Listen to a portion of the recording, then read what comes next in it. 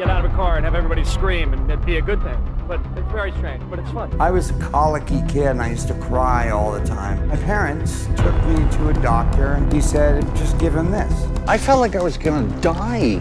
Friends star Matthew Perry has died.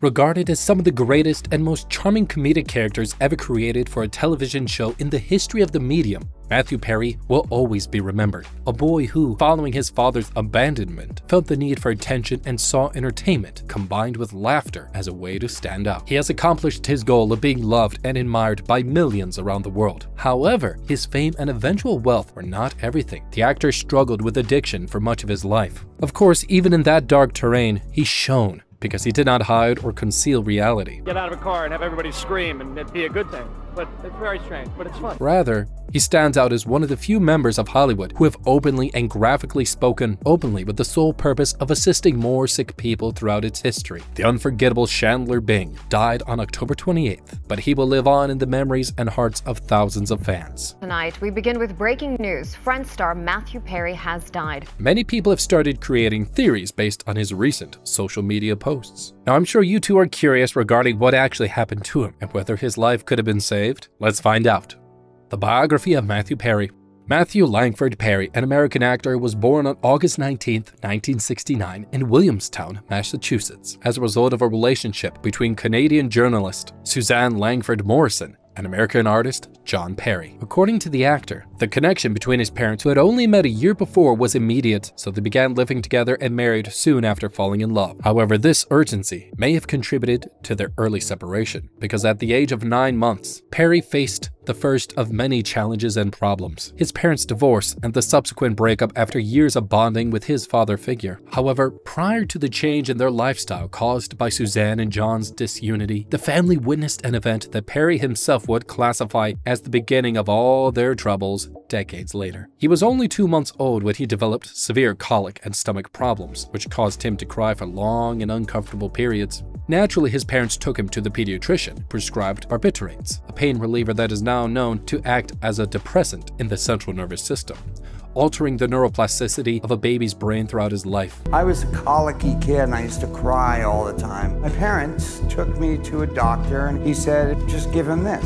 Chandler, on the other hand, never blamed his parents for this. On the contrary, he recognized that it was common practice at the time to administer this type of drug to minors, and that they did so with the approval of multiple doctors solely for their own good. I finally felt at home for the very first time as soon as I drank alcohol. After his parents' divorce, he moved to Canada with Suzanne, where he spent his childhood and early adolescence. In his father's absence, he took on the role of man of the house and put pressure on himself to stand out amongst those close to him. Curiously, to achieve his goal, he chose laughter, entertainment, and comedy, his first steps towards the career that propelled him to stardom. Matthew Perry described his early years as both lonely and relatively normal. He attributed his loneliness to his mother's hard work as press secretary for then Prime Minister Pierre Trudeau, who spent a lot of the time in the office. Still, he also admits that he discovered two passions: tennis and acting. Matthew Perry's career. Perry took up tennis after arriving in Canada, and he practiced it for 10 years, eventually becoming one of the best ranked juniors in the country in both singles and doubles. And at the same time, he pursued a career in theater at Glebe Collegiate Institute High School, performing in plays such as Our Town, The Miracle of Anne Sullivan, The Sound of Music, and The Elephant Man. The above, combined with his father's connections to the artistic world, prompted him to leave Canada and relocate to Los Angeles in search of a job opportunity. His first official appearance was in the 1979 drama 240 Robert, although his first notable performance was in the 1987 series Boys Will Be Boys, where he played the young version of Keel Martin, both playing Charles Russell. In the 1990s, supporting roles followed in some films and television series, such as A Night in the Life of Jimmy Reardon with River Phoenix, Second Chance, or Beverly Hills 90210. Finally, fame came through the legendary series Friends, where he participated in the 236 episodes that made up the 10 seasons between 1994 and 2004. While Friends was broadcasted on television, Perry came to the big screen with Fools Rush In alongside Salma Hayek in 1997, Almost Heroes in 1998, and The Whole Nine Yards alongside Bruce Willis in 2000. His guest role on The West Wing earned him 2 Emmy nominations in 2003 and 2004, and his leading role in the television movie The Ron Clark Story in 2007. Now before we move on, do comment down below and share your opinions, and if you haven't already, subscribe to our channel. Also make sure you watch the video till the end, because you don't want to miss out on what's coming next. Matthew and Jennifer. In 2016, he appeared in the professional theater production, The End of Longing, and voiced the character Benny Gecko in the video game Fallout New Vegas. He received a Teen Choice Award for Best Actor in a Comedy Series for Friends in 2004. And the award goes to Friends Michelle Kwan. He also received nominations for Emmy Awards, Golden Globes, Kids' Choice Awards, Satellite Awards, and Screen Actors Guild Awards. The interaction between the two stemmed from their participation in Friends. Perry explained in his book that Roberts agreed to appear on the sitcom only if she could share a story with Chandler Bing. Perry sent her roses and a card saying, "The only thing more exciting than the possibility of you appearing on the show is that I now have an excuse to send you flowers." After months of sweet fax exchanges, the two started dating in 1995. He wrote, "Their relationship lasted only 6 months, and he chose to end it for fear of not being enough, a fear caused by his addictions." Matthew Perry decided to use his personal experience to help others who are struggling with addiction. That is why he established Perry House, a rehabilitation center, or as he defined it, a sovereign place for sovereign men. He had many ups and downs in his life, and this was his attempt to find a solution. I felt like I was gonna die. In a 2015 interview, he stated, "I'm still working on it personally, but the best thing about me is that if an alcoholic or drug addict came to me and asked, 'Can you help me?' he responded with, 'Yes, I will do it for you, even if I cannot always do it for myself.'" The death of Matthew Perry. Matthew's openness and transparency about addiction issues was one of his most important contributions to the world. Unlike the Hollywood elite, he did not keep the case hidden from him. Instead, he shared shocking and extremely graphic details in order to demonstrate that it is a disease that can affect anyone, regardless of profession or status. An illness that requires professional and social support, and is a ghost that is much more common than you think. Perry created dependence on a variety of substances, including alcohol, painkillers, opioids, methadone, oxydone, cocaine, drowsiness, and so on. After a jet ski accident while filming the movie Fools Rush In, he became addicted to hydrocodone, an analgesic used to treat pain. At one point, he was taking 55 Vicodin pills a day.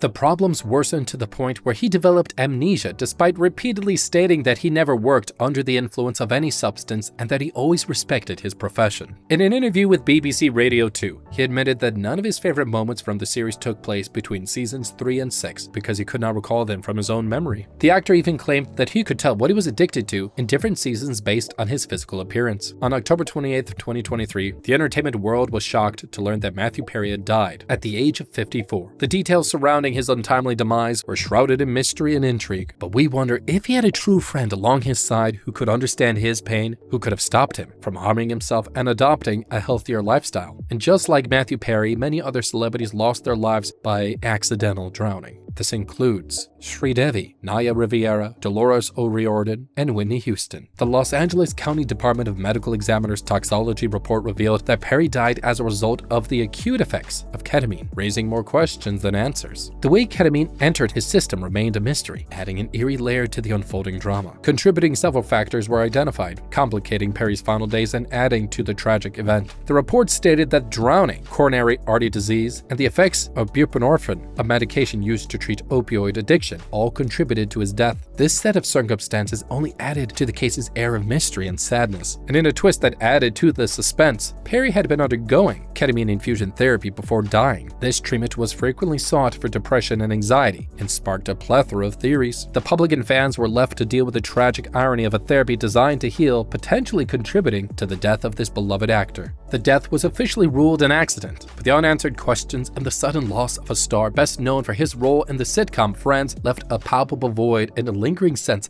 of what could have been. What do you think about his sudden death? Do you think it was an accident or suicide? Do comment down below to share your opinions. Case closure. The Los Angeles Police Department, in conjunction with the Los Angeles County Medical Examiner Coroner, finalized their thorough investigation into the tragic death of Matthew Perry, officially declaring the case closed. The extensive investigation thoroughly examined the circumstances surrounding Perry's untimely death. The findings revealed that his death was primarily caused by the acute effects of ketamine. In addition, drowning, coronary artery disease, and the presence of buprenorphine in his system was identified as significant contributing factors that led to his unfortunate and untimely death. The coroner's detailed report highlighted that Perry had been successful in overcoming addiction for a remarkable period of 19 months. During this time, he was actively involved in ketamine infusion therapy as part of his treatment. And notably, the report clarified that ketamine found in Perry's system at the time of his death was not connected to his ongoing treatment. This distinction underscores the complex nature of Perry's health struggles and the unfortunate circumstances surrounding his death. This was the story of the death of Matthew Perry. What are your thoughts on it? Do you believe that people with addictions can ever overcome them? Can they live a life free of drugs, alcohol, and medications? Make sure to subscribe to our channel for more stories about unfortunate celebrity deaths. But do you have a specific person in mind you want us to cover? Leave a comment down below and we'll reveal their story just for you. And make sure to like and share the video.